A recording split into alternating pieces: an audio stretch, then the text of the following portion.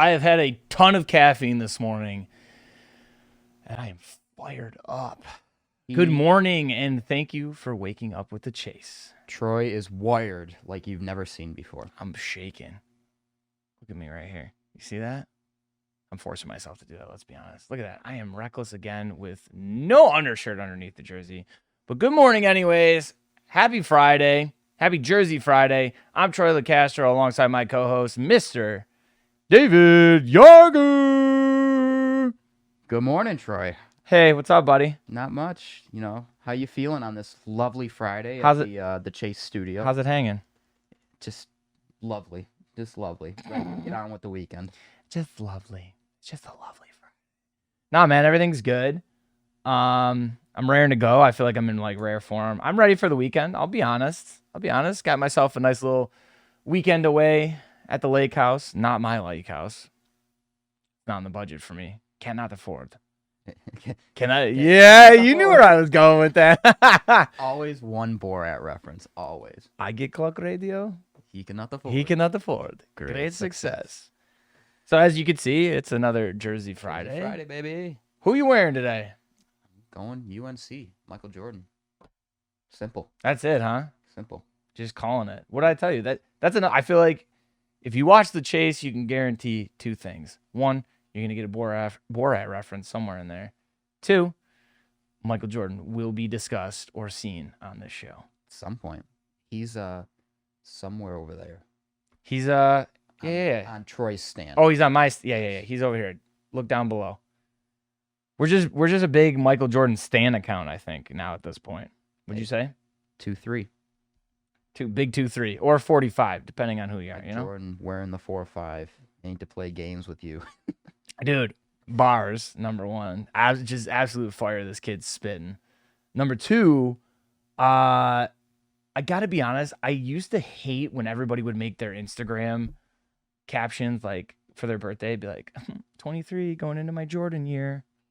Yeah, like that's like almost as bad as the people that say, I don't know about you, but I'm feeling 22.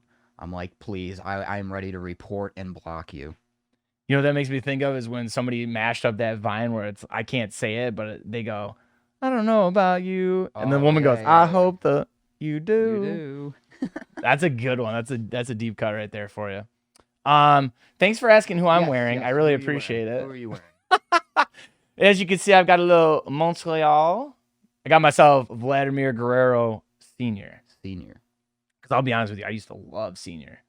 Growing up as an outfielder, playing the outfield, dude had a cannon. Mm-hmm. Absolute cannon. So he was one of those guys I love watching highlights of him throwing people out. And then honestly at the plate too, because you and I both know, being big baseball guys, the guy could hit anything. Literally. He hit a ball against Baltimore that bounced. Remember that? And hit it for like a double. It was amazing. It like just blew. Yeah, it just like blooped into like shallow left center, I think. Ridiculous. He was unbelievable. So obviously we love his son so much. I feel like you can draw a lot of comparisons between the two, but I got to give love to the Expos, who I think should be back in the league, but also to my man, Vlad Sr. Vladdy Sr. Vladdy Daddy. Now let's take a check-in with the Twitch chat. Good morning, everybody. Good morning. Mama Yargs. Good morning, guys. Mama.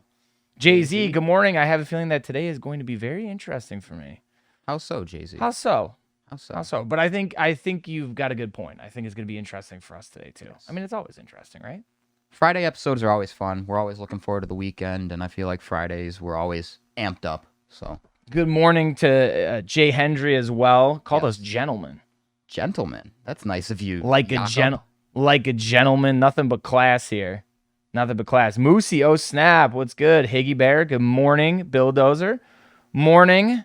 How's it hanging, everybody? T-Pucks, how we doing? And, of course, Wahoos. Oh, hey. He makes me think, oh, hi, Mark. You know that reference? I'm sorry. I kind of zoned out. The Room? I was reading the chat, and I zoned out. I'm sorry. What did you read? Oh, my man Herb Dura. That's me and him go way back. I love Buck. Do I want to? Do I even want to know? It's an inside joke. 100% something behind that, but that's fine. Bill Dozer too. I'm sorry. Good morning, top guys. We are the top guys. not many people might get that reference, but when I yelled top guys out, I totally stole that from FTR.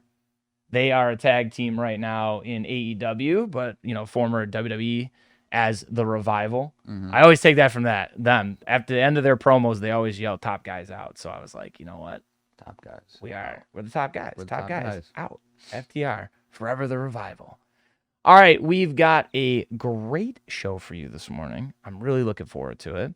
But first, I want to quickly remind you that 2022 UFC Select the H2 boxes. If you remember, we did the hobby a couple days ago. The H2 boxes are going to be hitting shelves today and will be available on dacarworld.com. So check that out right now or a little bit after the show. Steve will be on Twitch after us, so you can get him for personal breaks if you want. The man, the myth, the legend, Steve. Oh, what a guy. Saw him this morning. He just fires me. He's another one. He just fires me up. Just a quick fist bump. Good morning. Fist bump. He's wearing a Mo Bamba Magic shirt. It's awesome. He's a great locker room guy.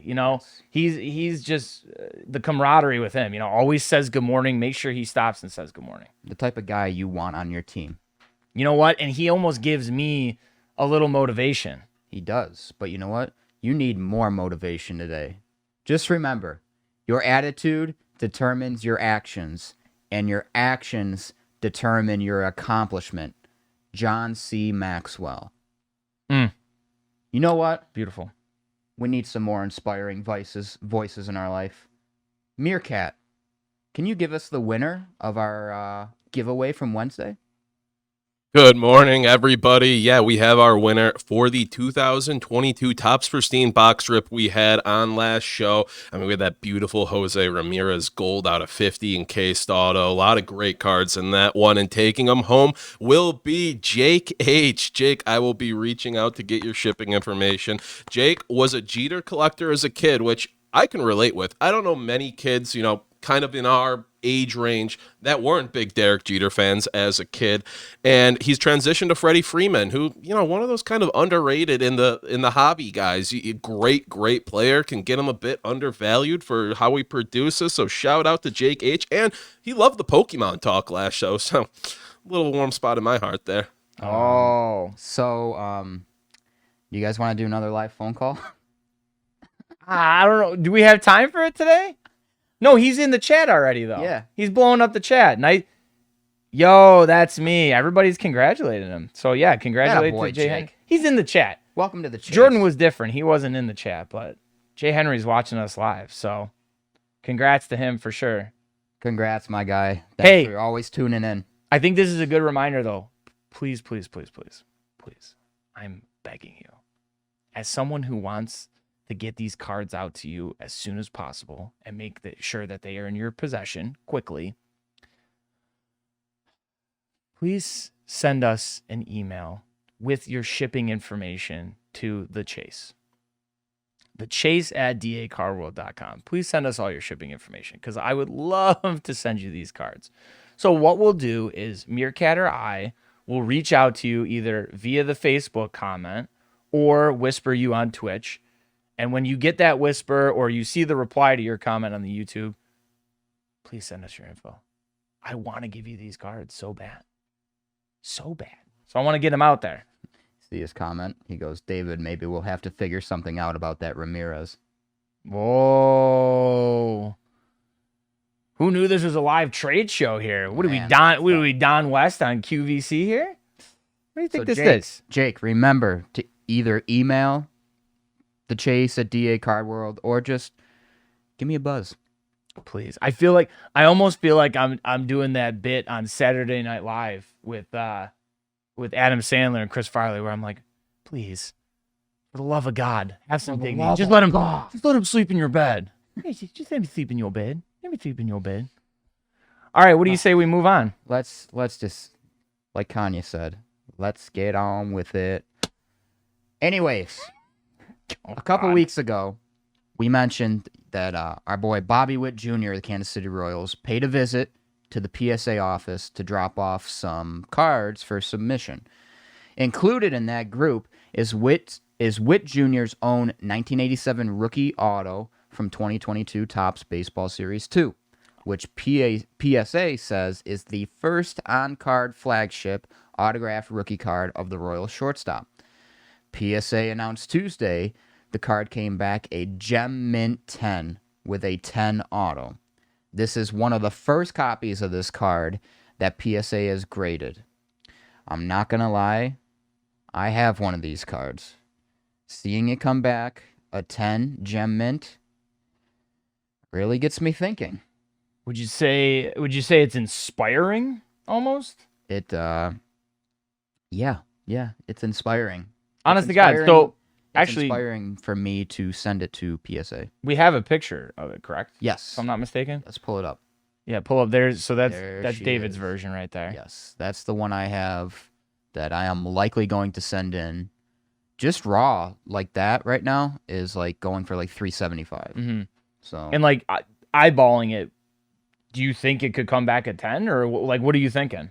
I don't know. I've talked to some people. They don't know if it would be a 10, but still, if it comes back like a 9, I'd be happy. Yeah, absolutely. As long as like, and it looked like your auto was pretty clean though. So even if it got a 9, you could probably get it a 10 on the auto, which Yeah. to me is the important part. As much as it is about the corners, the centering, and the surface, I feel like as long as your auto is like pristine, that's what you really want. You know what I Right. mean? Yeah. I mean, I think the centering was okay. It's kind of the edges that I'm a little worried about, I guess. Sure. But no, the auto looked clean though. The auto was really clean. So Moosey and Jay Henry, they both say do it. You just gotta send it. just full send, baby. All gas, no brakes. Zach Wilson. Hey, real quick, Jay-Z, you know what? We like a little crowd participation before we get into the next story. Jay-Z has a question for everybody. If you could go back in time and meet a player, who would it be? He says his would be Dale Earnhardt Sr. That's an interesting one for sure. Praise Hale, praise Dale. Yee! I don't know who would you pick? I don't mean to put you on the spot, but No. That's a great question. Athlete. All right, can I say a wrestler? Is that too bad? Yeah. I mean, that's sports entertainment, right? Yeah, of course. Pass, who's no longer with us, guy named Brian Pillman. Because Brian Pillman, he died in like 97, but fantastic wrestler in the early to mid 90s. But also, before he became a wrestler, he was in the NFL. He actually was on the Bengals roster and then I think got hurt. And I do believe he had a very quick stint on the Bills practice squad. Mm-hmm. So I think I would love to pick his brain about both things, you know, his short football career, but then also the wrestling career. So I think he would be a goal. He was just someone who popped into my mind. I think I would go. This is also kind of an odd name too. I would go Bob Feller. Okay. So Well, Cleveland, they were called this at the time. Don't cancel me. They were the Cleveland Indians. He pitched for the Cleveland Indians, and he also served in the war too, like one of the I think it was World War II. okay, yeah. So it would be great to just hear his stories and just Yeah. his upbringing and how he went from baseball to the war back to baseball. Be an interesting story. I think a lot of those guys from that time, like you said, the guys who didn't necessarily give up their careers, but they put a halt on their professional sports career to go and serve the country. I mean, I feel like Pat Tillman would be another good guy to meet. Did somebody say that in the chat? Wahoo's Yeah. just said There you go. that. Wahoo's Yeah. just said that. Oh, this is a good one too. Wahoo said David should pack it for grading on the show and reveal it.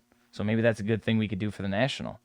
Why don't you bring it along to the National? And that's what my one buddy Herbie Dara says. Mm-hmm. Definitely do it at the National for a segment. Can't go wrong with a BGS 9.5 auto 10 either though. There you go. A lot of content, folks. All right, let's get into our next story. As you may or may not know, David and I are always keeping our eye on what Steve, Pete, and Jersey John are breaking in the DACW lounge. This week, no different. Here's a recap of a few big bangers the boys have been hitting. And how about an auto? Oh, come on. What a gorgeous piece here. Who else? It's Gail Makar, number to 10.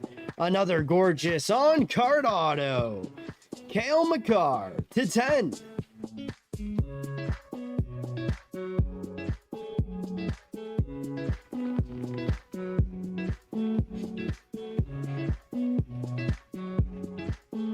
here, color match as well.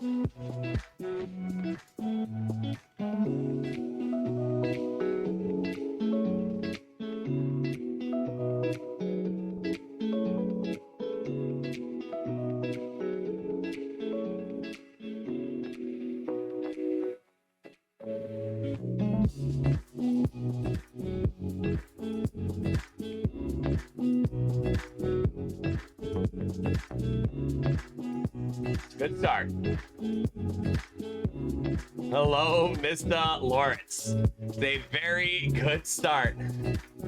It's a very, very good start. What's it gonna be here, boys?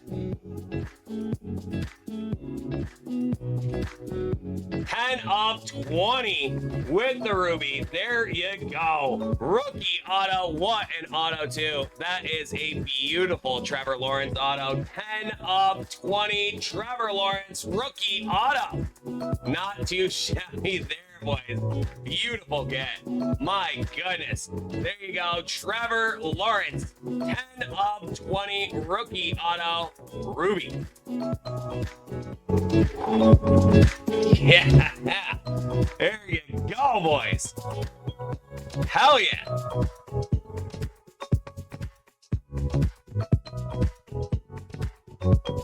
What an absolutely beautiful card there. Holy. 10 of 20.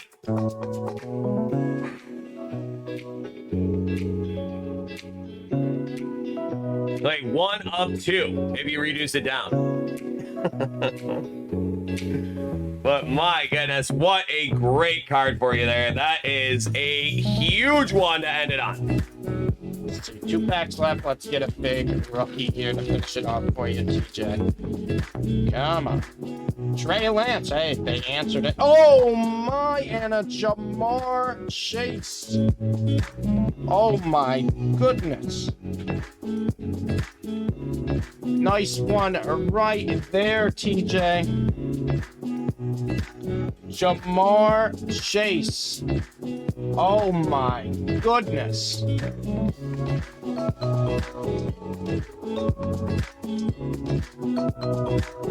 Then we get a Jamar Chase. Yeah, we did get a honeycomb last box too. You're right, chicken. Unbelievable. Some great pulls there by our Breakers Lounge there. Yeah, I feel like it's hard to just pick 3. I like to highlight one from each, but it's honestly pretty difficult because they pull so much. I mean, so many breaks every day. I have Meerkat help me out. You know, I ask him, I'm like, hey man, I know you've been taking pictures of the cards for our social media. So what's some highlights? Like what's some of the bangers? Because unfortunately we're so busy putting the show together that sometimes we don't get a chance to go over there and look at what they've been pulling. So, but obviously I love watching their reactions and they're always fun and very knowledgeable and very good with the cards. So it's always fun to take a look back. So we'll try to do that every Friday for you. Give you a look back at the live lounge. Little recap of all the bangers. Anyways, next up, Beckett and CBCS are back at the Dallas Card Show with special pricing for on-site grading. Standard submissions will start at $40 per card. Express submission will be $125 per card, and premium will be $200 per card. CBCS will also accept standard and express comic submissions. The Dallas show runs through Sunday. All right, and Panini has announced the return of its popular National Silver Packs. Woo. There's an example. These are from last year, but these will probably what they'll look like this year, just obviously with 2022. When you purchase product from our Dave and Adams booth, you will receive a sticker to get your 2022 Panini National Silver Packs at the Panini booth, conveniently located right next to ours. Now, Panini will enforce a 4-box per person per transaction limit. Eligible products for this include 2022 UFC Select 21-22 Court Kings Basketball International Blaster Box, 2020-21 Chronicles Basketball Asia Box, 2022 Chronicles Draft Picks Football Box, 2022 Legacy Football Box, 21-22 Chronicle Soccer Box, 21-22 Mosaic Series A Soccer Box, 2022 Absolute Baseball Box. There it is. And Panini will also be hosting 21 Box Wars at their booth. You'll be able to find the full schedule of the Box Wars later on dacardworld.com in David's recap of today's episode. Now, speaking of the National, I'm excited for this one. I'm going to turn this over to Meerkat because he has a very special announcement, and I know we're going to have a little picture that maybe you can toss to later in your explanation. But Meerkat, why don't you give us the news? So we have for the Chase and David Adams to give away over the next week 5 total super VIP packages to the National coming up soon. This is a big deal, folks. These are expensive tickets. These are hard to get. They are no longer available. Over $200 in value each. You get a lot of access with these. You get special, access to autograph lines, a lot of stuff with TriStar. This is the ticket to have if you want to attend the National, if you're already attending the National and want to upgrade. So to enter, you can either comment on the YouTube after we post it after this episode, or on the socials at DA Card World when I post it. We have an image of a card. We have jibble-jabbled it. That's I love the term that. I'm using. I love a little jibble jabble. It's a jibble jabble, a bit of a mosaic there, a bit of a Picasso, puzzle.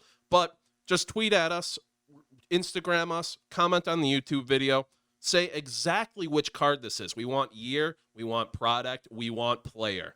Give us the exact details of this card. Now, sure, you might see other people answering it. You can trust them. You can go on the ledge on your own, but just give us the correct answer, and we will pick a winner on Monday. 2 winners, sorry. We will be picking 2 winners on Monday to win these super VIP packages for the National Convention. So watch out for that on social and start deciphering. There you go, Meerkat. Thank you for that. So you heard the man. I'm sure we'll kind of recap that later in the show. We'll give you just another shot and let you know the specifics of that. But, I mean, a shot to come hang out with us at the National? What more could you ask for? You could be chasing around the floor with us. What do you think? You could be chasing with the chase. Keep on keeping on. Chasing with the chase. So, from Super VIP to, let's go to the Octagon. It's not the best transition, but you know what? We're going to do it. Great. You are a segue master. Recently, we just pulled some nice hits from the UFC Select 2022. The product gives you a little bit of everything. Some of the up-and-coming stars, along with some of the household names of the sport that you see today. For Gage Conroy of Conroy Cards, his interest in the UFC product was awarded as he ripped open a one-of-one of this notoriously known superstar. Oh, you cheeseball. Whatever you want to do. Yeah, the base is nice. I love Select. Mano Farah, Alex Perez, Amanda Nunez.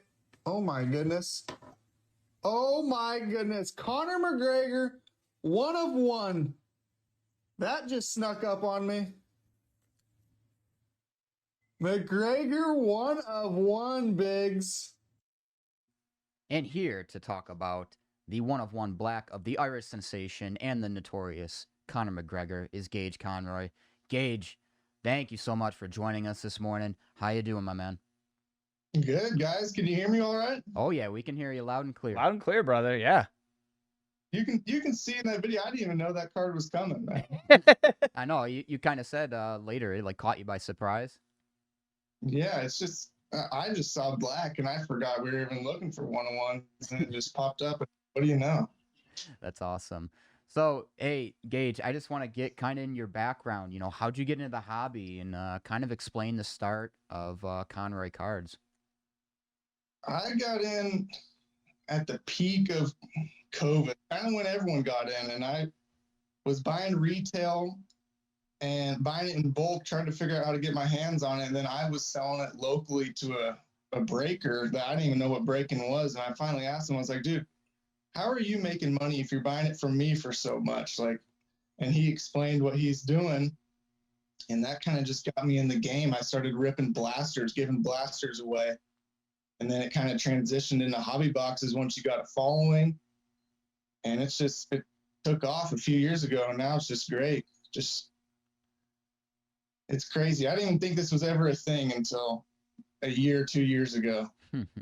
So a little side note here before I get into question number 2. So you say you just got into it now. Were you even like a collector at all for yourself growing up in that? Or did you literally just kind of find out and stumble across cards during the pandemic and get into it that way? I didn't know what sports cards were 3 years ago. Wow. Yeah, I mean, the old collectors don't want to hear that, all these young kids getting into it, but it is what it is. I mean, yeah, I didn't know what it was a while ago. I didn't collect it all as a kid. Well, I mean, to me, that's what keeps the hobby going and keeps the hobby fresh is getting new people interested. And I think if there's one thing we can pull out of the pandemic that was kind of a positive, for lack of a better way to say it, it's that I think the interest in this hobby has just been generating so much interest now. Yeah. And it's been crazy. I feel like it's been blowing up. Yeah, and when you think about it, there was nothing to do over the COVID pandemic when we're all locked up. So, people start breaking, and next thing you know, more and more people are getting into the hobby community. Yeah. So, Gage, next question for you. Personally, what is your favorite? Jeez, I'm like flavor this morning. Oh, watch your mouth. What is your favorite product to rip? I'm a football freak, and I like ripping UFC and all that baseball, but when it comes to ripping, I like football, and it's the quick rips, like Contenders Optic or even Don Russ Optic. I don't know what it is about Optic, but I just love Contender Optic's the best. It's quick, it gets the hits, and it's just, I don't know. I love something about it. Just 6 cards and a quick hitter.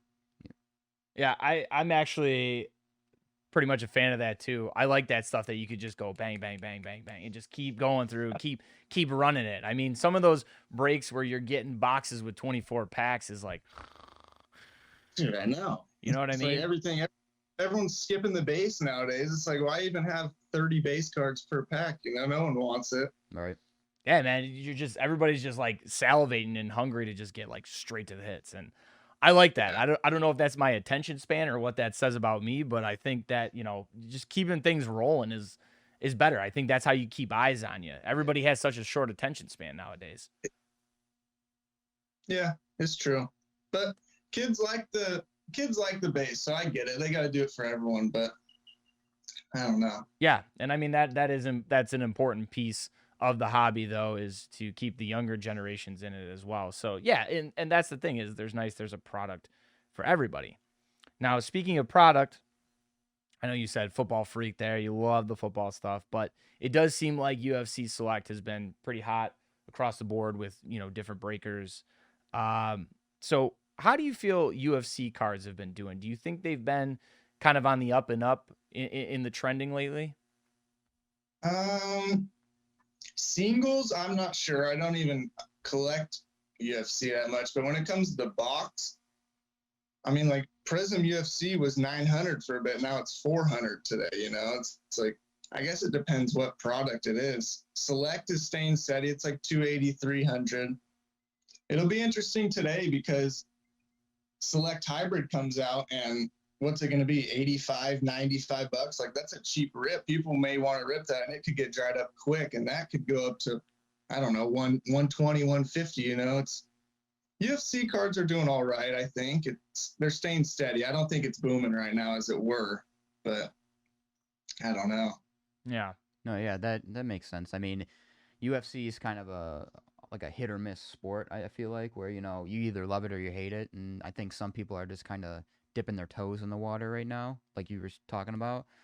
But so for this particular break, it seemed like you had quite a few good pulls. But what I want to know is run me through the emotions during the McGregor reveal. Obviously, it kind of sneaked up on you, but yeah. Run me through the emotions, like after, like what's going through your head, like, wow, I just pulled this. So when I pulled it, the dude who hit the card immediately messaged me and was like, dude, thank you so much. Like, I'm having a kid this Friday. I can sell the card and it's going to help me a ton. And like when you hear something like that, it hits you. Like you just help someone out. Like this dude's gonna sell it for I don't even know how much. He didn't tell me, but I don't know. I was just after the live, you kind of sit there and look at it like, man, it is weird how there's one card in the world and it's just sitting in my house right now. You know, it's like people are looking for this and it's here, and it's crazy when you can hit something for someone and it not changes their life, but it gives them a little gas of money. Like, you know, that makes you feel good. Yeah. Yeah. And, I would agree with that. yeah, I agree. And you just quickly, you talked about the winner. What kind of break was this, if you don't mind me asking? Like, how was it set up? Dude, I just brought home a case of Select and I put it on the table and I was ripping it for people and it started flying. I didn't know if I was going to rip the whole case or a few boxes, and I was just ripping personals for people. So he bought a box and then ripped it. And funny thing is now his name was Biggs. That's who hit the card. Right after, later that night, I get a message from Steve Aoki online. It's like the last person you think would message you, right? Obviously, in the game, he's like, hey, where's that card? I want to buy it. So I get him and the buyer into contact, and they end up working a deal. So crazy enough, the card is now in Steve Aoki's hands, and who knows what he'll do with it. Wow. Does anybody know that? Like, have you told anybody that Steve Aoki bought the card? I haven't. I messaged him. I was like, hey, you cool if I mention it? Like, let people know it's in your hand. He's like, yeah, I don't care. So, Well, I mean, they'll find who knows. He'll probably post it, but Yeah. he's cool. you heard it here first, guys. Gage pulled the 1-of-1 Black Conor McGregor, and now it is in Steve Aoki's hands. You heard it here first on the chase. I was gonna say we sound like we're probably fanboying a little bit, but really that's some good breaking news. That's a heavy one right there. That we get to really truly say we were the first ones to have that. So yeah, that's amazing. And you know something with Aoki, I know he usually makes a trip to the Nationals. So It'll probably get moved again or at the National. Who knows? that's what I'm thinking. Honestly, you know, does he bring it to PSA or does he move it Raw? But I could definitely see it transitioning to someone else at the National. So we'll have to keep an eye out for that for sure. They wouldn't tell me what it sold for though, and I want to know. I want to know what this thing goes for. You're itching. I mean, hey, it started in your hands, so I feel like that's only fair, right? That you get a little piece of the information. Nah, it's all good. Yeah, some things are better left unknown, right? So I want to ask here, are you a UFC fan yourself? Are you a big Conor McGregor guy? You know, for you to pull this, did it have any sort of sentimental feeling to you, or was it just kind of like a really cool hit that you knew was going to a good home and helping somebody? I think it's just a cool hit. It's always cool to hit a 1-on-1. I don't care who it is, but when it comes to UFC, I'm not a big fan. I'll watch the fights here and there. I love them, but it's not like I follow McGregor or any of these guys that are up and coming. So honestly, no, it didn't have any sentimental value. But it's always cool to hit a 1-on-1. Yeah, absolutely. I mean, we hit that. We lucked out and we ended up doing a box of Chronicles draft picks, and we hit a 1-on-1 Matt Corral, and that was like, whoa, you know, that was huge for the show. That was pretty crazy, even though I pronounced his name wrong the first time. And that's Did I say it? Oh, correct. No, what is it? you said Coral again. Damn it, it's Corral. Why do I keep doing that? Chronicles is fun though. I love that stuff. Yeah, honestly, the draft picks has been really good looking stuff. And even I know I've been watching some breaks of the NFL version of it, and it seems like that's been going pretty well so far. Yeah. And I've yet to open. I want to. I haven't opened it yet. I haven't done anything.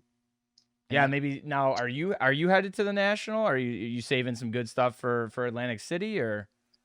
I'm not going to anything right now. I have no plans right now. All right. Got you. So I got to ask, other than, you know, the UFC pull that we're talking about, what type of heat have you been pulling lately? Jeez.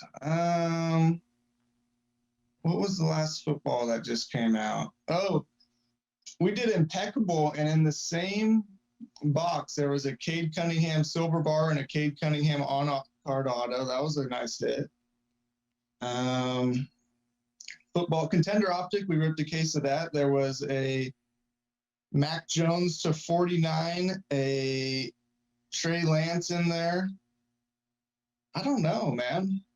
It's a Trying tough to question. think. Trying to think what's been big. It's a tough question right on the spot. You pull so much. Release day, I remember, hitting a red wave of Mac Jones. That's huge on release day. Right. Or now. Yeah. So Gage, before we let you go, give us a little plug. Where can we find you on social media? You got a website? Anything you want to plug for us? Yeah.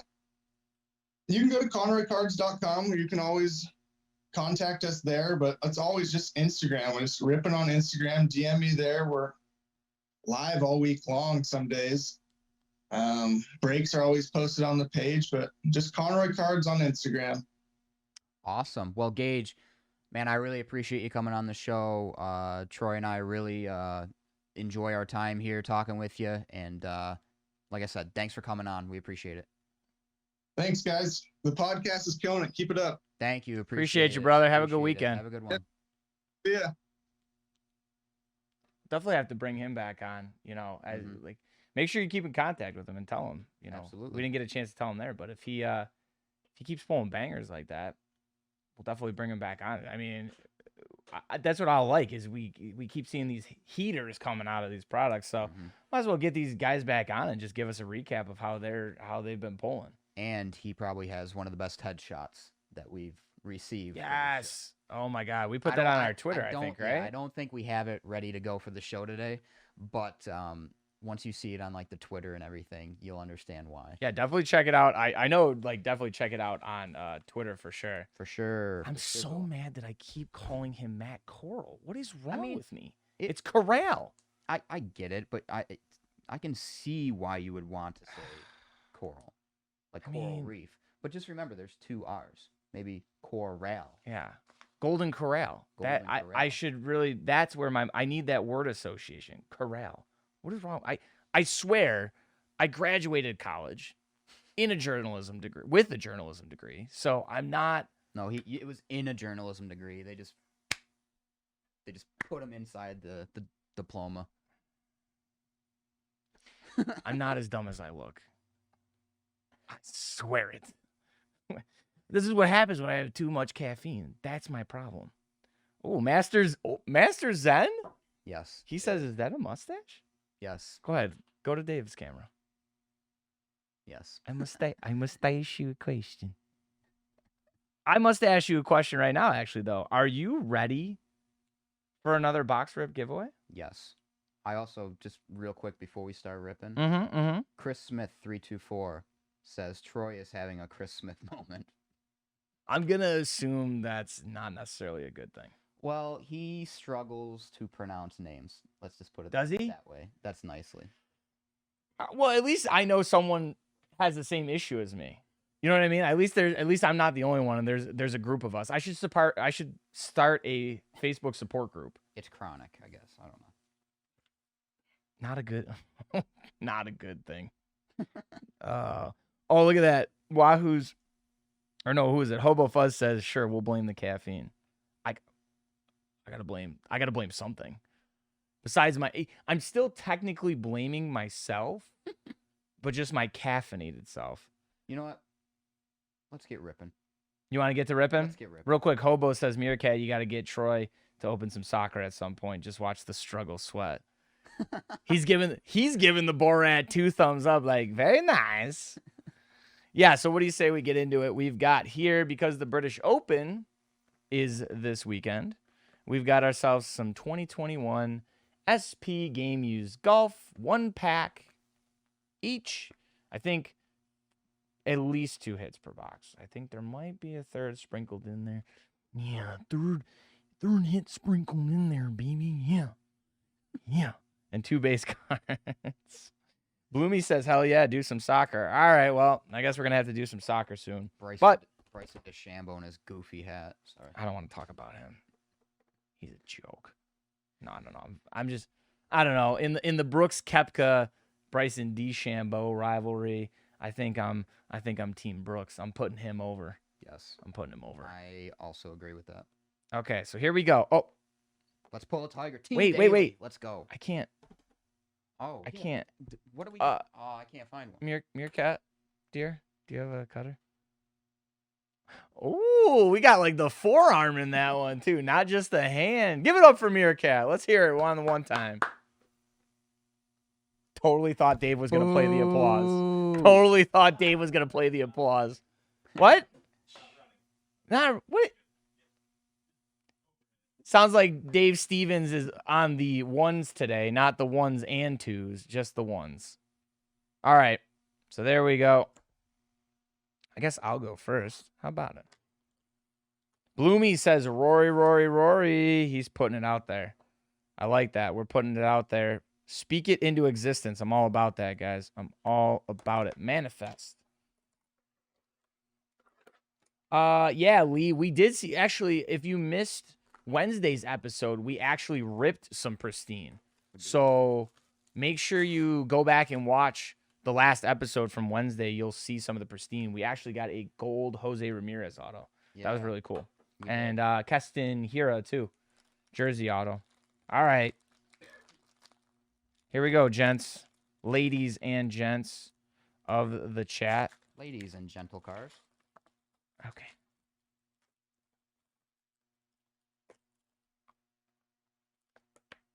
Oh, right off the... Oh, jeez. Right off the top is the hits. Come on. Why you do that to me, Upper Deck? Why you do that? You will Just never get kidding. this. All right, so we got KJ Choi. Pew. And then a rookie of Michael Thompson. All right, and then here comes the hits. You saw this one already. Out of $4.99, that is a shirt relic auto of Nick Taylor. Well, it's a relic auto. I'm gonna guess it's a shirt. Wah. Oh, check this out. It's only a jersey card, but bing bang boom. How about Tiger Woods in his Sunday red? Yes. The back 9 fabrics. So it's funny, he's wearing his Sunday red, but it is a black shirt there that we are seeing in the fabrics. And what is our third hit? It's going to be a dual here. Dual shirt relic here of Danny Willett. Tour gear. There you go. Very nice. Yes, very nice. How much? Now let's go over to David, shall we? So, our overhead's giving us a little issue today, so apologies for the technical difficulties. I guess I'll have to make the noises with my mouth. Okay, yeah, I'm gonna save that one for last. Okay, let's see. Danielle Kang.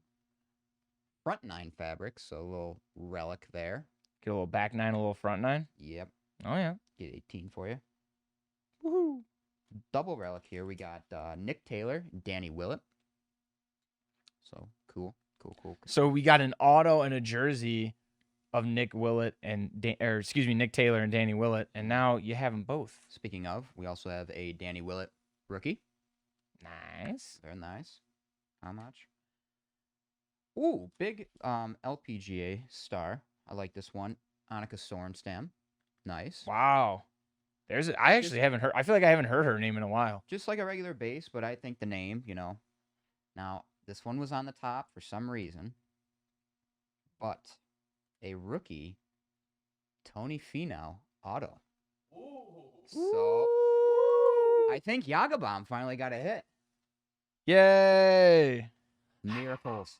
So I actually picked this product for you guys, not just because of the open going on, but because I just want to see David get a hit. Yes. I really just want to see our boy Jagerbomb get a hit today. Troy's been doing him dirty, guys. We all know it. He really Troy's been has. weighing these packs. He's been giving David the non-hit packs. Yep. We had to make sure everybody ate today. That's a big auto there. Good job, Dave. Thank you. Appreciate it. I'm going to tell you something. It doesn't stop. It's here. It's in the chat. Y'all are against me. And you want to know why? Because you get a reaction out of me. That's what you guys love. Hey, Or maybe people really just don't like me and like David way better. Because I see some people that are like Team David. I'm like, Team David. sorry, guys. Yeah, but I still grab. Yeah, that's right. Bulldozer. I grabbed a tiger still though. Not to defend it. I'm glad, but that is true. Everything that Meerkat said is true. He definitely grabbed this because he wanted David to get a hit. And I think that is very commendable and very nice. And I think that's why we all work well as a team. Yes. Right? Amen. I'm going to do another check-in with the chat here. Hi, TDY. Team David Yarger, I'm assuming. Yes. Bulldozer. Hollywood Troy Danger is in the house. Oh, yeah, brother. Oh, Hobo Fuzz did the SpongeBob meme to me where he put, I grabbed a tiger, though, and the spelling is all uppercase and lowercase. Come on, guys. That's gorgeous. Tony Finau, rookie. Tony Finau. Finau. I love that. Lee said, wish SP did baseball. I remember, yeah, when was like the last year that Upper Deck did baseball? But the the game used is always fun and authentic as well, honestly. I always like the SP, I guess if you would call it, subset of Upper Deck. Obviously falls under the Upper Deck umbrella. How are people entering the giveaway? Oh, I'm glad you asked. I thought, actually, just so you know, I did think of it, and I didn't dispel it. I didn't verbalize it. I think I got a good keyword for this one. Well, no, do you want to do a keyword? Because I was thinking something else. Oh, are you sure? I feel like I apparently always steal David's thunder. So why don't I? Should I just give it to Just David? shut up and give us the idea. Damn. See, you guys thought he was nice. Everybody's like, "Oh, David, he's the nice guy." I was gonna say we should have people guess who they think is gonna win the British Open. Not Tiger. Don't worry, Dave. There It's back. It's back, baby. Hell yeah. Oh, look at Master Zen doing work. Dishing out. Just dishing out subs. You know, it's The amazing dad. what happens when you become a father. We got to get him a shirt that says Dad at Work. Oh, yeah. When he's home, it's dad at play. When he's at work, it's dad at work. So there you go. That is how you will enter to win today's giveaway for the SP Game Use Golf. Please either comment on YouTube or Twitch chat who you think is going to win the British Open. British. Hey. Oh, hey. Nice. Yeah, I just saw What's that. too. up? Anton Trey 5. Hi, guys. My girlfriend reached out to y'all for the 4th of July giveaway on Monday. I appreciate y'all. We appreciate you. So thank you very much. Yeah, thank you for, thank you for what you do. And I'm really glad that she nominated you. And, you'll have to let us know what you end up doing with the $500 credit. We'd love to see what you end up ripping, what you end up pulling. And, maybe we can even talk to you one time. We can have you on here. Yeah, reach out to us. Yeah, definitely reach out to us either on Twitch, our email. You can email thechase@dacarwell.com. Either way. So, all right. Hey, has anything been going on in the NHL? No, nothing too big. I think just this free agency thing. People are just going around to different teams now. Oh, that whole thing. Yes, That's right. That whole free agency thing. But Mumbo nobody's really jumbo. been on the move. No, It's been kinda Not quiet. too many. There's only about 50-something people that. Holy. Well, Toledo. as you can tell, we are laying the sarcasm on thick. There's been a ton of moves. Yes. The roster of free agents, some pretty big names. Not like, like a couple guys. I feel like it wasn't like a huge class. I know I saw that too. But it wasn't like a huge class, but definitely some solid guys here. Some notable names. Some notable names. So first person I'd like to get into, if you don't mind. We can have some banter, of course. But as we were going on the air Wednesday, I believe he was getting his deal done. The Penguins end up re-signing Evgeny Malkin. 4 years, $24.4 million. Now, of course, we want to talk about them from the card value sense. Correct. I do want to mention, though, he played 41 games last year. Correct. Okay? But in the 41 games he played, 20 goals, 22 assists. Yeah. So- he's still producing. I mean, he's definitely a lot slower than he used to Sure. be, but that's what happens when you get older. So it's a good sign for the Penguins to keep him in Pittsburgh because I can't really picture him being anywhere else, to be honest with you. Yeah, that's why I was honestly shocked when they initially said he was going to test the free agency market because I feel like even Letang too. I was not surprised by the re-signing. Why? Because they got their big three there, and I had a feeling they were all going to retire Yeah, a Penguin. yeah. I got a little worried when they signed Raquel, like we talked about. Mm-hmm. But it's nice to see that they were able to kind of get him at a discount too. Yeah.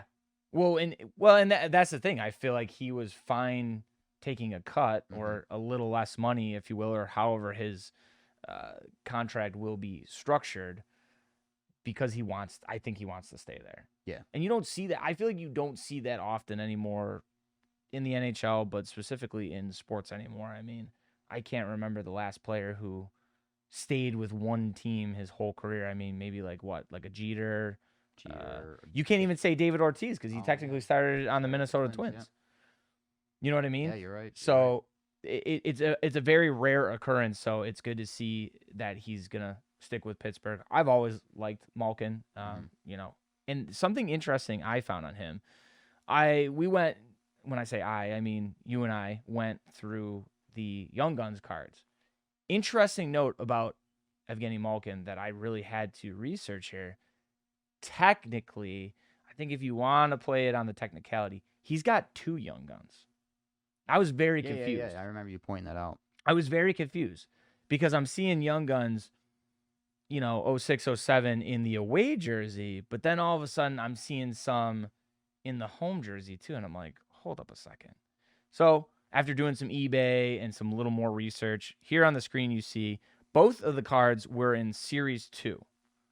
Now, the white jersey, the away jersey that you just saw up on the screen, a PSA 10 of card 486, which I would consider the true Young Gun, sold for $475 the last day of June.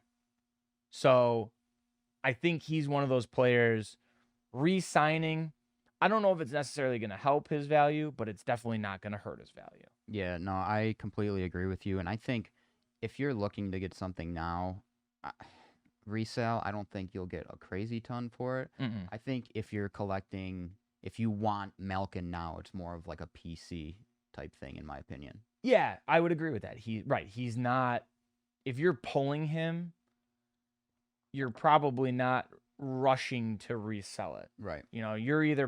You're probably hanging on to it at this point and waiting for him to either possibly win another cup, retire, and make the Hall of Fame, because I think he's got the resume.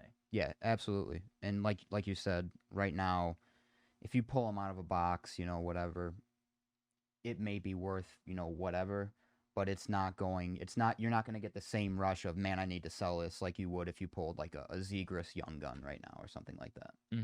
Yeah, exactly. And, an interesting note here about that other card I was telling you, the checklist one. So it's a Young Guns checklist. Yep, you could see it there on the screen.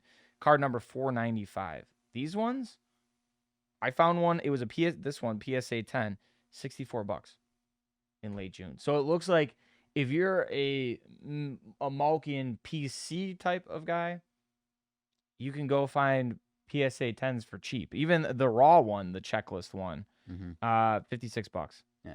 You know what I mean? And that was around the same time as that PSA 10. And then, like we said, if you keep it, hang on to it, and, he wins another cup, he makes the Hall of Fame or whatever, and then you look at it and say, maybe there is more value now. He's a Hall of Famer. And I think that's just about the only thing that's going to make him rise anymore. Yeah. No, I completely agree. I feel like his prices have kind of been set and he's there, and that's not in a bad way. I'm just saying he's kind of plateaued for now. Right. For now. Because 3 cups under his belt, and not, obviously the top guy you want from the Penguins, you want to pull Sidney Crosby, obviously.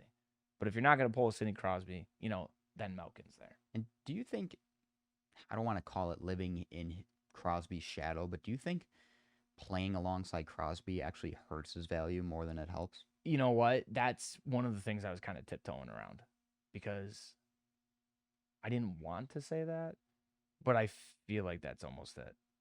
He's kind of overshadowed in a sense. Yeah, because when you think of the Penguins, you automatically go to Crosby. Mm-hmm. I don't hear many people that say, when you think Penguins, who do you think? Oh, I think Malkin. Yeah. I think you have to be a true hockey fan or, you have to know a little more than the average fan, the casual, Right. to know who Malkin is. Right. Or you just got to be a huge, Pittsburgh fan. Exactly. You know what I mean? Moving on. Next, Evander Kane.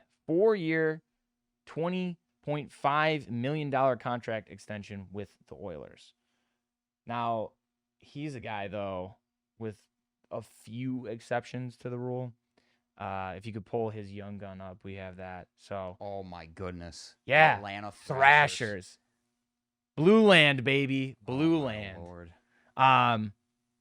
You're looking at $10 to $20 for this card. Yeah.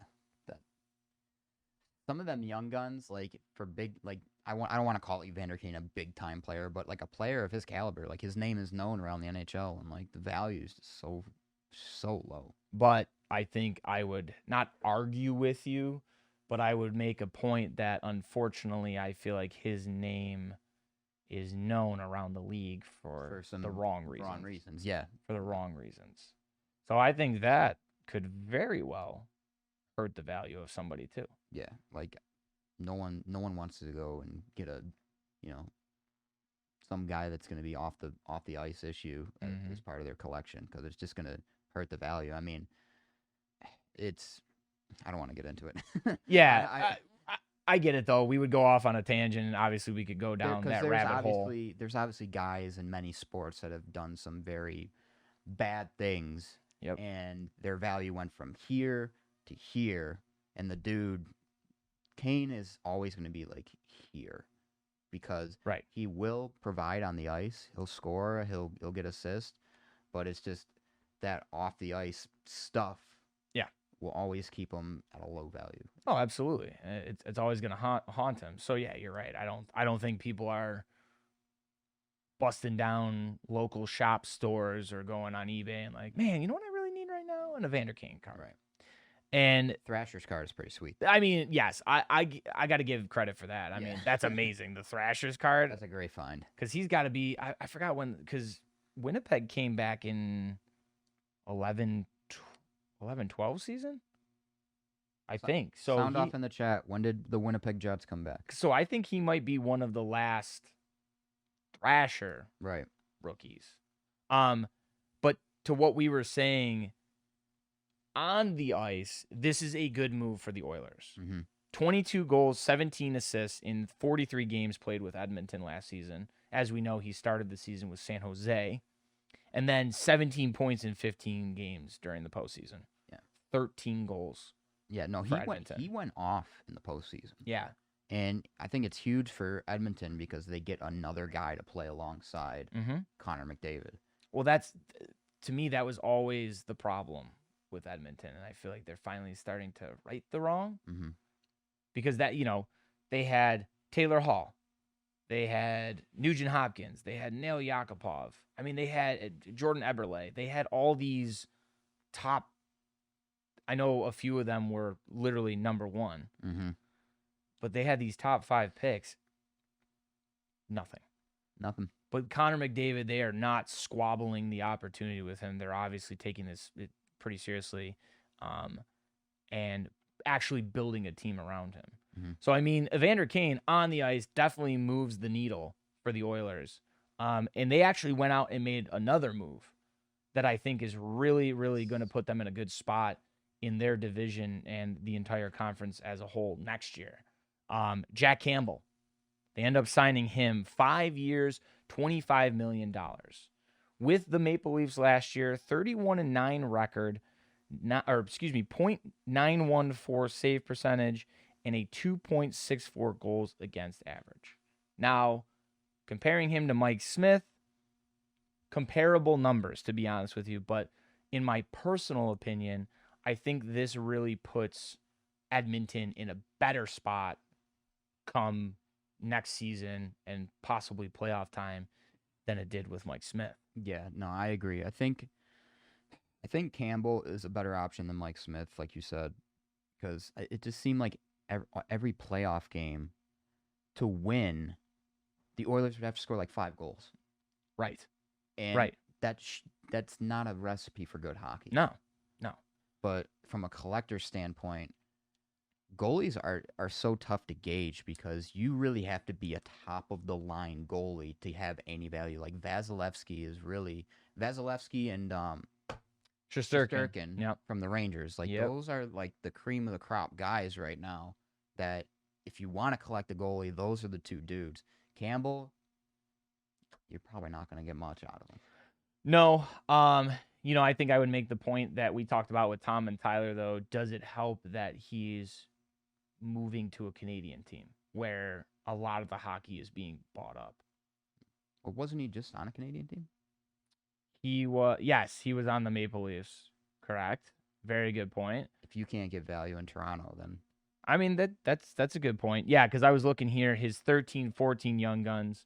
If we put that up on the screen, I know I have it. He's in a Dallas jersey, obviously, at this time. There you go.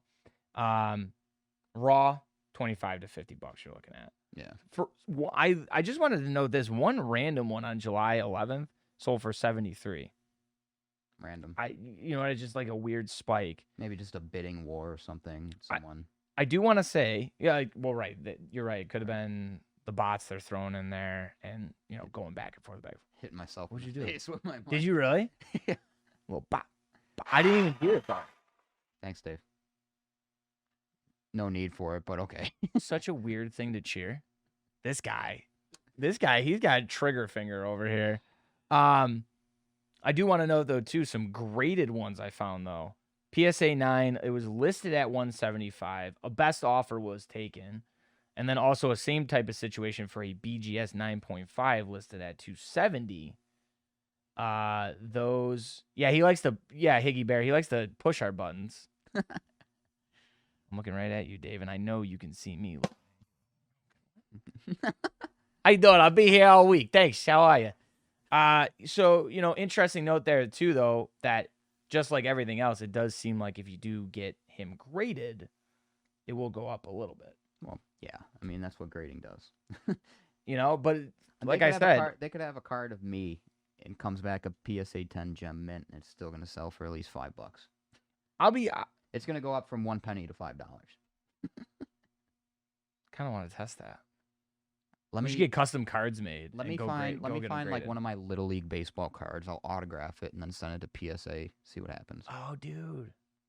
Thank you. If I have Thank one you, of those. Lee_C55. $10? $10. Lee also says, actually, I'm glad you brought up Lee. He says, what is the window for the Oilers? 3 to 4 years? I'd probably say about that. As long as Connor McDavid is there, they have a chance. Because the thing with me, though, is they got Kane locked up, but, Draisaitl. Yeah, when is he up? I don't know, to be honest with you, unfortunately, but that's what I'm saying. In my mind, I'm thinking he's got to be up in the next year or two, right? I would think. So, are you going to be able to afford to pay him, McDavid, and Kane? Right. Yeah, that's tough because, McDavid's the top paid player in the NHL. For good reason. Well, actually, second highest paid player. I believe Austin Matthews is number 1. Okay. But with good reason. Like, McDavid deserves to get paid that much. And that's another thing I want to talk about with the Kane signing. I'm sorry, I went back a little bit, but you're fine. The Kane signing, that lets McDavid use his passing. And, he is one of the best passers in the NHL. Yeah. So, that's another big thing, too. Right. He's just an all-around player. That's what I feel like, we always go back to this, but we see the sexy goals, right? That he's always just moving through people like it's nothing, right? So smooth. But I think what the casual fans may not realize is the guy can dish it out, too. Oh, yeah.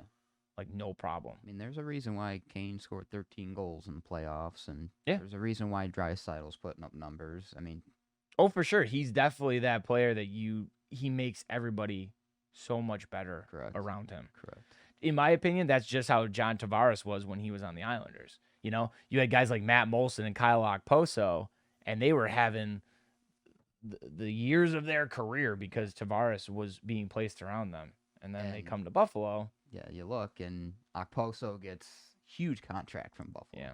Which I like Okposo. No, but- great locker room guy. Love having him around. Right. You know, and he honestly he stepped up last season. I thought he had himself a nice little season for sure in the games that he did play. Who's our next contestant? On The Price is Right? Yes. Okay. Yeah, I see they're bidding for your card up here. They're doing literally a live auction for your autographed Little League card in the chat. Chris Smith, 324 in the lead, 1550. $15.50. Can I get $16? Last person I want to get to before I turn it over to David is Claude Giroux. Yes. Another and interesting one here. Obviously, he was a player on loan for the Panthers for the Right. playoffs. And guess what? He did exactly what he was supposed to do with Florida at the end of the season there. 23 points in 18 games played for them in the regular season. And then 8 points in, I think, the 10 playoff games that Florida had. So, in my opinion, showed that he's still a very strong asset to teams. He ends up moving to the Senators, 3-year deal worth $19.5 million. Yeah, and this is a really good deal for the Senators because they are a young team up and coming, and you know they have some young pieces to work with, but now they have a guy that everyone can look up to. Mhm. You know, Giroux has made a name for himself in Philly. Then he went to Florida for that short stint. Florida just choked, in my opinion, but 100%. he did what he had to do, and he's honestly Giroux's going to go down as one of the best players that ever played hockey. Yeah, he could be one of those situations where he goes down as one of the best guys to never win a cup. That's a very distinct possibility. And I don't think, like I'm saying, he's a good ad for Ottawa, but is Ottawa going to win a cup in the next 3 years? Yeah, that was my thought process too. You know, is he? I don't think he's necessarily chasing after the bag, but he's probably trying to get as much value out of himself that he can. You know, like here's what I think I'm worth. Right. Um, My biggest thing is this a move where he's moving closer to home? 'Cause I that's very much a think- possibility. Let me check. I'm on his bio right now. As you're checking though, Hearst, Ontario, Canada. Which yeah, well, Ottawa's the capital of Ontario, so so it's probably it probably is a closer move to home. Yeah. So yeah, that could play a factor as well. And I mean, 3 years for $19.5 million, I'd take it. not bad. Oh, I would take it, no problem. And like you said, I think he could be a good mentor to. Now, excuse me because I don't know Ottawa's entire roster, but guys like Stützle and Kachuk, I think, can very much benefit from having him there. Mhm. 100%. Chris Smith brings up a good point in the chat. There are so many athletes. We could actually probably do a segment about this at one point. I think we should. There are so many athletes that deserve a championship, and sadly, they'll never see it. You can look at that in perspective of like each sport, honestly. Mm-hmm. Like if you look at basketball, like I'm just kind of spitballing a name off the top of my head. Like Nikola Jokic right now is one of the best players in basketball, and he doesn't have NBA title. No offense. No offense. Yeah, you're getting sore there. spot You're for working on it. He's not even paying attention. But He's genuinely not. He has no idea. Reggie This Miller- bit could go on forever. Reggie Miller never won one. Yeah. So Name that without getting too deep into the woods on this. Yo, I caught you, bro. Without getting too deep into the woods, right off the top of my head too, AI. So, Yep. but we'll leave it at that. Unfortunately for Giroux, this guy's young guns, $10 to $20. come raw. on. That's Come it. on. I don't know if Dave showed it. I was looking at you, but Oh, wrong guy. That's Johnny Goudreau. There we Right go. guy. There it is. It seems like a lot of the older young guns, like, don't really carry a lot of value, in my opinion. I've seen a lot of older players. Like, do you remember when we did the thing talking about the Hall of Fame inductees? Yes. the NHL. Yes. And like the Sedin young guns were cheap. Like it was crazy. Once again, there it is that, these are great players on the ice, but their value, and,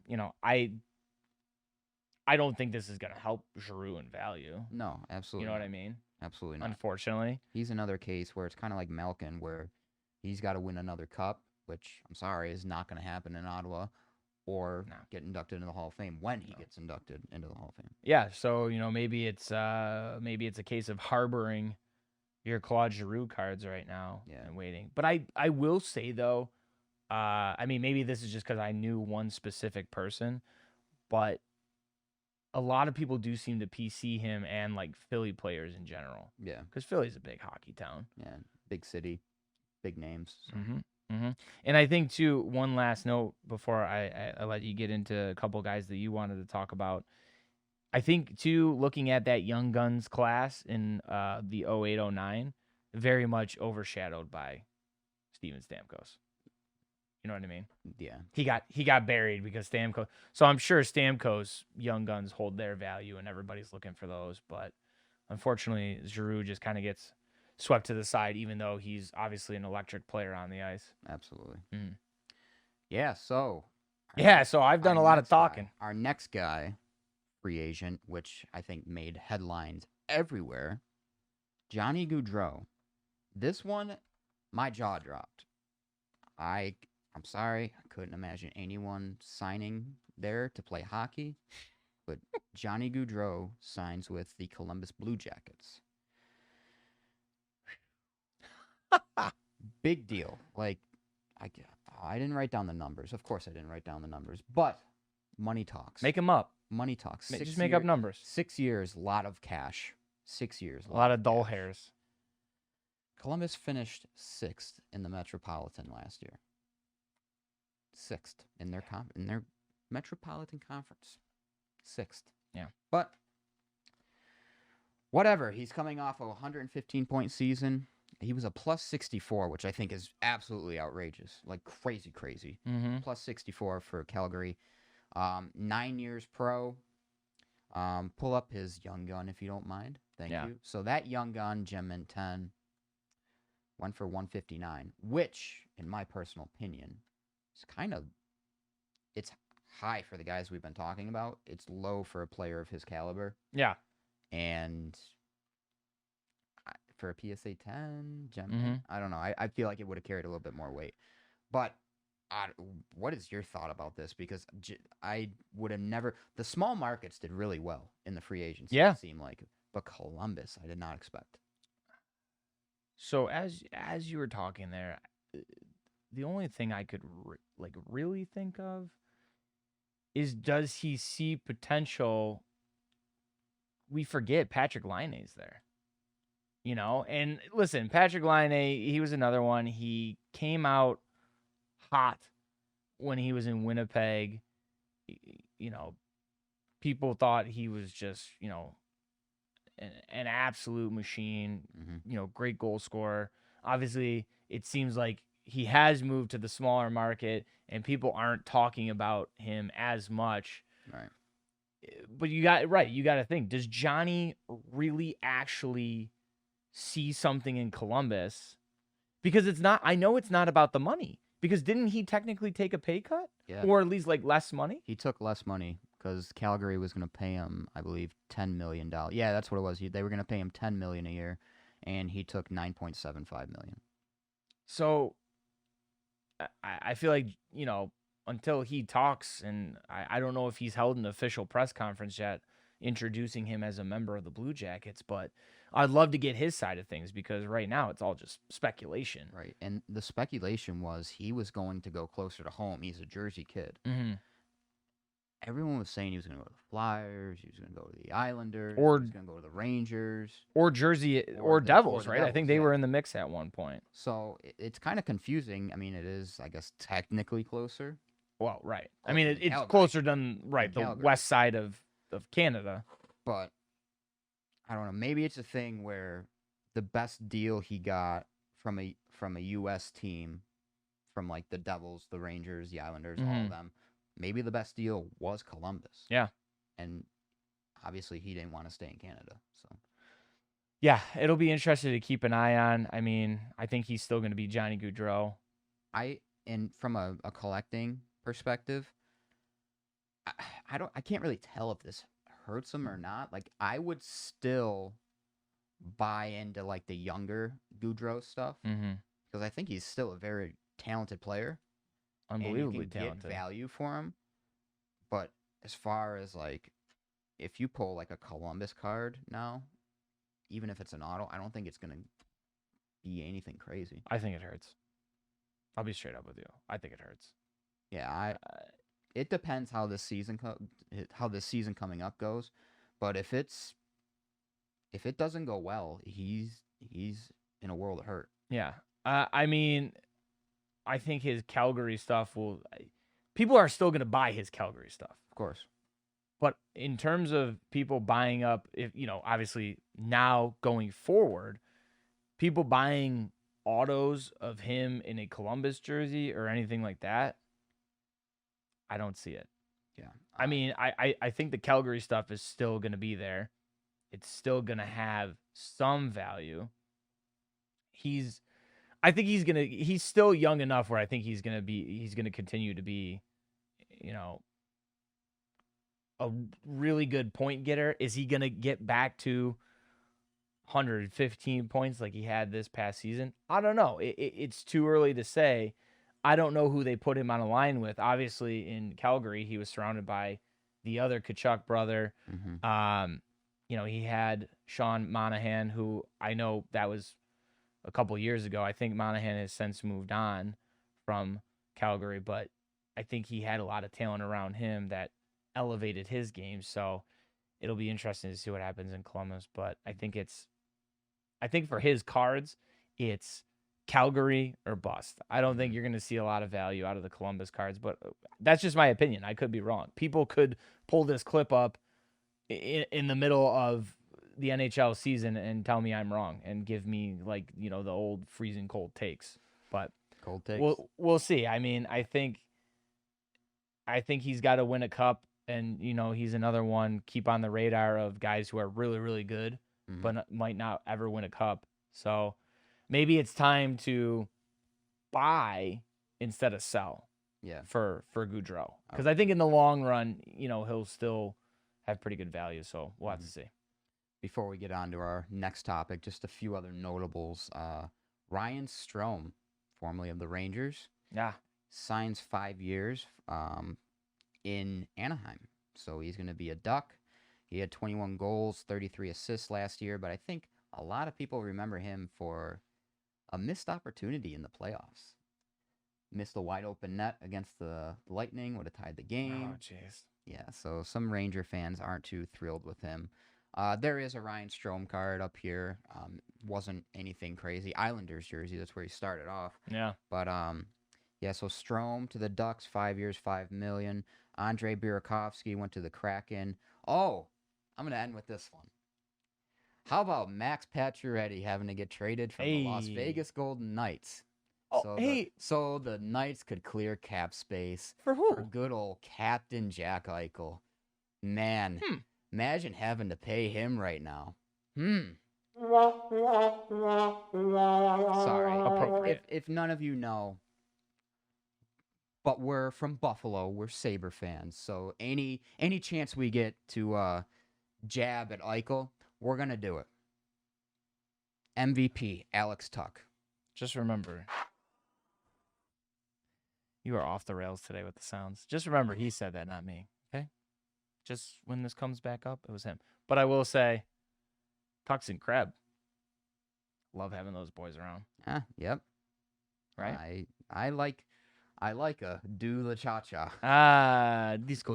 Ooh. All right. Anyways, I think that's it for NHL free agency. So we're gonna move to the Diamond again. Interesting tweet I came across that I wanted to talk about in an on the field sense, but also in cards as well. But a lot of people are comparing Julio Rodriguez right now to Ken Griffey Jr. Correct. Why? Because there's actually a stat that came out that through their first 79 games, now I think at this point. Julio's played 88, I think it is. But through the first 79 games of each of their careers, 13 home runs, 39 ribbies, and 44 runs. Identical. So I'm curious, what say you about this? Their careers are on very similar trajectories. I was worried about Julio in the first few weeks of the season because it looked like he was off to a slower start, I should say. But that's what you got to. That's becoming a rookie in the MLB. Mhm. Ever since then, Yep. taken off. He's batting 274. I did this yesterday, so it might have went down or up a little bit. I think he went up a little bit. I think he's batting 277, 15 home runs, 44 RBIs, 21 stolen bases. He got speed on the bags, 50 runs. Kid's a talent, and the Mariners are one of the hottest teams in baseball right now. 10 straight, 11 straight? 11 straight. 11 straight, right? Yeah, and he's at the top of it all. He's the one that's leading the charge. Rookie year, he's an all-star. He's in the home run derby. Mm-hmm. Seattle hasn't had a player like that. Arguably since Ken Griffey Jr. Yeah. Maybe A-Rod. I think you got to show Ichiro love. And Ichiro, yes, you're right. You know what I mean? But yes, the Mariners are a franchise where I don't think there's a lot of players in their organization history that really pop and stand out to me. Right. I mean, I would say the 4 we just named right there. Right. And then when you also think of the Mariners, you also think maybe Kyle Seager, but Kyle Seager didn't have Kyle Seager was just a lifelong Mariner. He didn't have right. He didn't have the impact to like a Griffey or A-Rod or, right. I think yes, he was very Tone, good one, King. Yeah, Felix. Oh man, I loved Felix Hernandez. Honestly, me being a pitcher in Little League, I always loved King Felix. He has a perfect game. He does, right? He does. I knew he at least had a no hitter, but I was gonna say I'm pretty sure he had a perfect game, and that's the thing. Yeah, Edgar Martinez, but we know these names as hardcore baseball fans. Mm-hmm. I'm saying players that transcend the entire league, and people are hearing about on Twitter and that based on highlights we're playing. Like you said, Kyle Seager, obviously beloved by the Mariners fan base, right, and maybe some hardcore baseball fans, but not like a household name like A-Rod, even though I don't like to say his name. J-Rod, as some people are calling him, Griffey, and then who was the other? Oh, Ichiro. Those guys are household names. Mm-hmm. Obviously, Edgar Martinez, great name. King Felix, too, in the baseball community. But a couple things I wanted to do. What were you going to say? You look. No. I didn't want to cut you off. You were going to say something. I wanted to start taking it from a card perspective. Yeah. That's. Oh, we're on the right page, buddy. Look always. At him and I on the right page. Same wavelength. So personally, from a collector standpoint, you look at J-Rod and his career trajectory, and then you look at Ken Griffey Jr. and the career that he had, Hall of Fame career. Yep. Who would you rather collect? So I guess you could put it from a personal collection and then an investment perspective. Okay. I don't know. This is kind of tough in my opinion because there is some asterisks in my opinion. So Griffey, his rookie stuff came out at a time where I know from working here and learning about the hobby was just so oversaturated, flooded. And as you can see, I think below you, below David, he has a Griffey. That is the Upper Deck Star one. I think we have a Griffey to show too. Yeah, we have this is the rated, I think the Dunross, right? You got the rated rookie. So that's what I mean. You had, and that's the thing too, back then. You had Dunross rated rookies. You had the Upper Deck, the Star rookie. You had the Topps traded rookie. Right. And there were so many of them. But on the flip side, if you look at Ken Griffey's cards in the more modern products, like especially his autos and low numbered stuff, he has great value. Yeah. I mean, his cards are expensive. Like if you're pulling a Ken Griffey card, you're definitely I think still to this day looking at hundreds of dollars. I mean, the Griffey 89 tops traded, like a PSA 10 I looked at, Mm-hmm. like across the board, I'm seeing $120, $120, $120. So I feel like if you have those cards still sitting at your house raw and you get them graded and it does come back a perfect 10, you know, you're flipping it for a little bit of money, but it's not great. So I feel like Julio's the way to go. I would agree. I think right now, Julio's the buy. I think you want Julio to invest in. You invest in Julio. Mm-hmm. Stonks in Julio.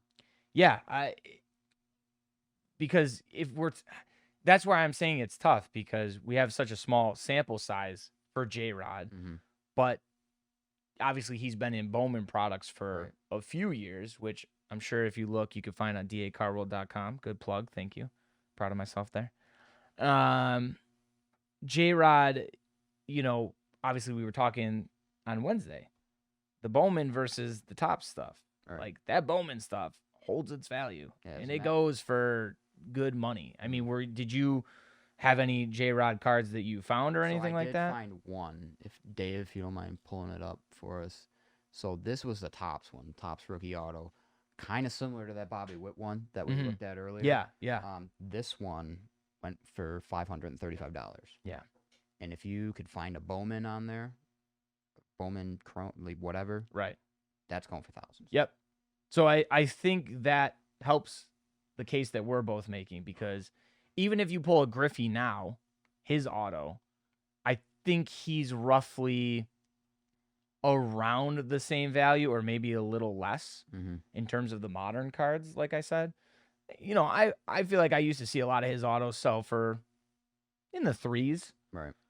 So I think the fact that this kid is already selling for $500 says it all right there. Exactly. But it's so hard. It's that modern versus vintage battle, though. Yeah. And a great comment by Lee_C55. Griffey did not have the chrome to help him. Yeah. So that's what I mean. Exactly. I just, you know, it's a lot of what ifs. Right. Because what if Griffey came out today and had all these Bowman, I mean, there was Bowman back then, right. but it's not like it is now. Right. Could you imagine if they came out with something like Bowman rookies, like from way back then? Oh, right. Yeah. I mean, I wouldn't doubt it. Actually, we'll have to. Maybe I'll leave that to the chat, but we might have to look at that, because there honestly could be. So here we go. SQ Cat here. Nope, I had lots of Griffey Jr. from 89 worth nothing. LOL. The card companies were just mass producing everything to meet the demand at the time. Tons of cards I have from that era are worth nothing. Well, don't worry, because my dad's in the same boat. Unfortunately. So we talked about J-Rod. Yes. He will be in the home run derby as well. He confirmed the other day. Yeah. And it's an interesting field this year. Not a lot of guys I'd consider, like, you know, mashers by any sense. You got No, not necessarily. You got your Pete Alonso, who's gonna try and win it, for like a third, fourth straight year, whatever. Right. Pete Alonso, Jose Ramirez, Juan Soto, Julio Rodriguez, Albert Pujols in his last year. That's gonna be fun. Kyle Schwarber, who is probably one of the biggest mashers. Big Matt, yeah, he's a mash guy. And then Acuna and Corey Seager. The matchups are as follows. Schwarber got the 1 seed, so he's going to go against the 8 seed, which is Albert Pujols. Going to be interesting, because I think Albert's actually going to put up a pretty good fight. He's a good BP guy. Yeah. Next, 2 seed, Pete Alonso versus Ronald Acuna Jr. I feel like Acuna could give him a fight, but Pete Alonso's a different animal when it comes to these home run derbies. And then I believe 3 versus 6, Corey Seager, who just got in yesterday, is going to face J-Rod, who we've just been talking about. Interesting for J-Rod. I mean, he only has, the 15 home runs this year, but who knows? Maybe he could put on a show. And then we got Juan Soto versus J-Ram in the 4-5 game. Go Ramirez. This guy's such a homer. Always, man. If there's any you may think I'm bad with the Red Sox. This guy with Guardians. Bobblehead Bobble. Wish Kirk or Tellez got into the Derby. If we're getting Rowdy. if we're getting Rowdy Tellez in, then we need Daniel Vogelbach in as well. Getting rowdy, and bowdy. Two absolute units of humans. Yeah. No, tanks. So who do you Built think? like a brick. Can't say the rest of Yes. that. Who You do know you- what I mean, though. Who do you think wins this Derby? Well, real quick, I want to make a comment on the seeding. Yeah. See, Why isn't the guy who won back-to-back years number one? it makes no sense to me. I blame Rob Manfred. I blame him. Yeah, Chris Smith. Good point. Oh, is that a mic drop? Was that like a bomb? Boom. Hot take. Chris Smith. Great point. Lucky Judge didn't join because I think Judge would have. I would have if Judge did join. He would have ran away with the thing. I'm actually gonna go Juan Soto. Okay. Because Juan Soto was in last year's. I think he might have been. I feel like he was, and I feel like he had a pretty good showing. I think Pete Alonso is going to run out of gas, but then I feel like, he's not going to listen to this, but I feel like I'm fueling his fire now. Haters are his motivators. Yeah. You know what? I'm gonna go J-Rod. Yeah? I think I don't know. I agree with Chris Smith right now. They want Schwarber versus Alonso in the finals. I think that's exactly what they want. But truthfully, I would love if Pujols beat Schwarber first round. Listen, guys, we all know that professional sports is predetermined like pro wrestling. So if they want the great storyline, they're going to put over Pujols. He's going to make it out of the first round. It's gonna be the old guy versus the young guy. Pujols versus J-Rod. See? There you go. That's how you book it right there. That's how you book a main event, and you get the draw, and you get people in. Yep. Or Schwarber versus Alonso, like Chris was saying. They want it. Yes. So maybe they're going to book that. We'll have to see. But that's coming up on Monday. Yes. Monday night. Monday night. We'll probably be playing softball. Yeah, probably against each other for the 8th time. So we'll have to see that. Last thing we want to get to in today's show before we let you go for the weekend is I don't know if you've been following the news, but Deandre Ayton, things are starting to get interesting with him, huh? It sure is. He got offered 4 years, $133 million, and because he's a restricted free agent, it's just an offer sheet. So he agreed with the Pacers on that contract. Largest offer sheet in NBA history. 4 years, $133 million. Phoenix Suns, as soon as he agreed to it, matched it. So he sticks around with the Suns. He'll be the big man for 4 more years in Phoenix. Possibly, though, right? We haven't heard of for Possibly. sure. So I want to bring on Meerkat, though, because I want to, what say you? I love using that phrase. But give us your take on the Deandre Ayton story here so far. And I want to know from you and David, from a basketball standpoint, like on the court, but also I'd like to talk about his, his rookie specifically, but his cards. Yeah, so Ayton, David brought up, largest offer sheet in history offered from the Indiana Pacers, $133 million over 4 years. He was a Pacer for 5.5 hours yesterday before the Suns, last night put on their big boy pants, matched the offer sheet. So he is a Phoenix Sun, and he cannot be traded. A guy heavily involved in trade talks before all this happening with the Nets, other teams, a big piece of trade talks. Can't be traded without his consent for the next year. And the Suns offering him this deal puts them $15 million into the luxury tax. Now, we know the NBA salary caps are made up. It's not a real thing. But still, this is a move that restricts them a bit. And it makes you question, do the Suns think Deandre Ayton is a max type guy? Because they had to match the offer sheet here, and they were a bit hesitant on it, and they've been floating his name in trade rumors. So a guy averaging 17, 10, and about 1.5 assists a game for the Suns. He's a big piece of Phoenix's team, which has been dominating the West, at least during the regular season, the past couple of years. So you're keeping Devin Booker, you're keeping Chris Paul. You got to keep that big three together. I think it's a good move for him. It doesn't move the needle that much, though, for me. And had he gone to Indiana, it would be cool to see him with the Pacers. They have, a nice young core being built there with Tyrese Halliburton.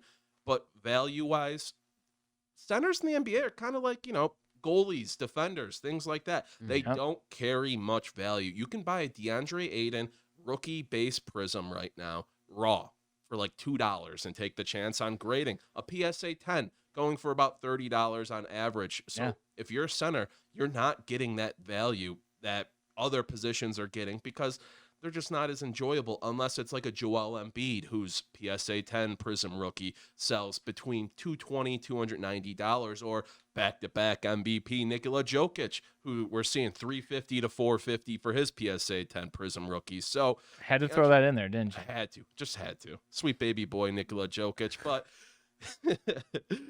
DeAndre Ayton, I don't think this affects his value much hobby-wise unless he wins a ring with the Suns.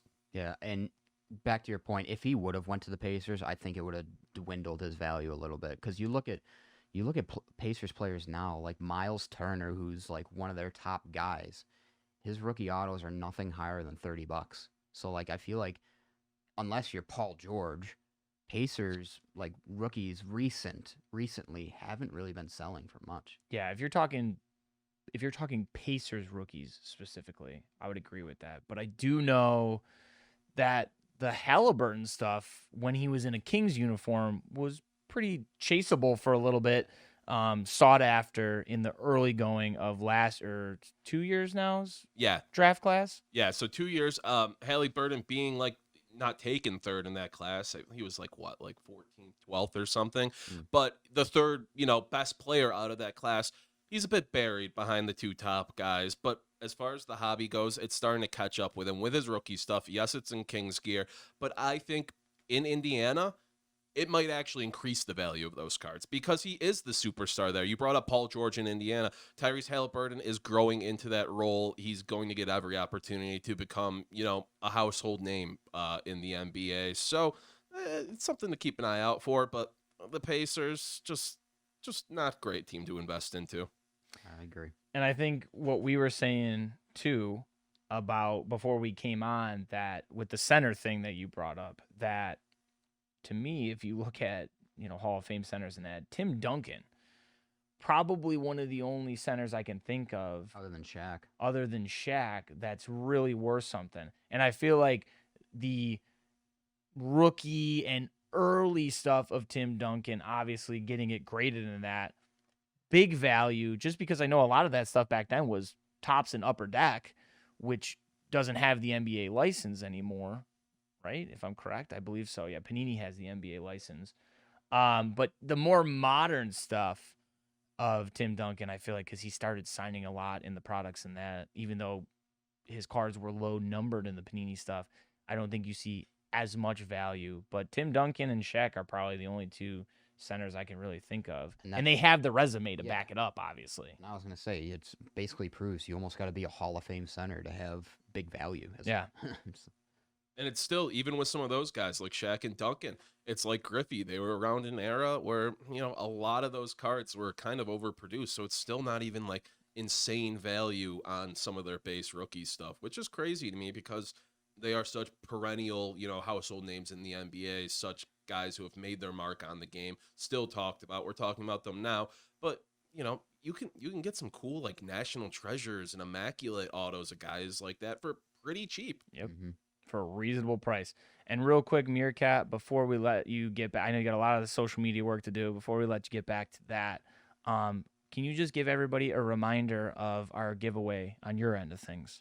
Yeah, so we are giving away 2 super VIP packages to the National Card Show starting, I believe, to the 26th is the opening day? Or 27th. 27th? Yeah. July 27th in Atlantic City. So if you want to enter, you can enter for fun if you don't plan on actually using the tickets, but say that so we know, because these are big values tickets here, hard to get. It's a great experience and a great opportunity for somebody. So we will be posting the image of the jibble jabbled card on social media. and you will be we'll put it in text so you know exactly per social media how to enter. But tell us what year, what product, and what player that card is, and you will be entered to win these 2 tickets to the National. We will announce that Monday. Yep, announce that Monday. And yeah, please, if you could, make sure that you're actually serious about possibly going to the National, because we want this to go to somebody who's definitely going to come down to Atlantic City and enjoy this with us. Yep. And then real quick, why don't you give them the giveaway for today with the SP Game Use Golf?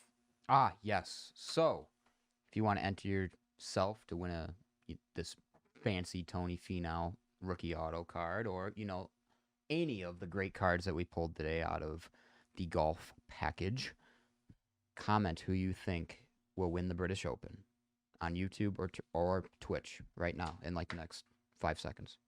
All right, well, there you have it. 4, That's 4, 3, going to 2, do 1. it for us today. That's all the time we got. Steve is up next. Steve. Streaming Steve, Showtime Steve, whatever you want to call him. He is up next with group breaks and personal breaks on the Twitch. Please continue to like, follow, subscribe, comment across the DA Card World platforms, and also listen to The Chase on Spotify and Apple Podcasts. Have a great weekend, everybody. I hope you enjoyed the show today, and I think there's only one thing left to do. It's all about the chase. Just remember, it's all about the chase, baby. There it is. We'll see ya on Monday. Top guy out.